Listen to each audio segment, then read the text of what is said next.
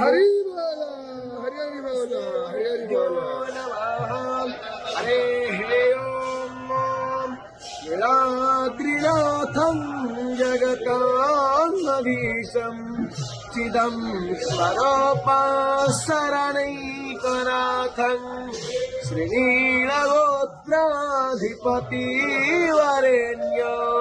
सुरेन्द्रवन्द्यं प्रणतोऽस्मि नित्यम्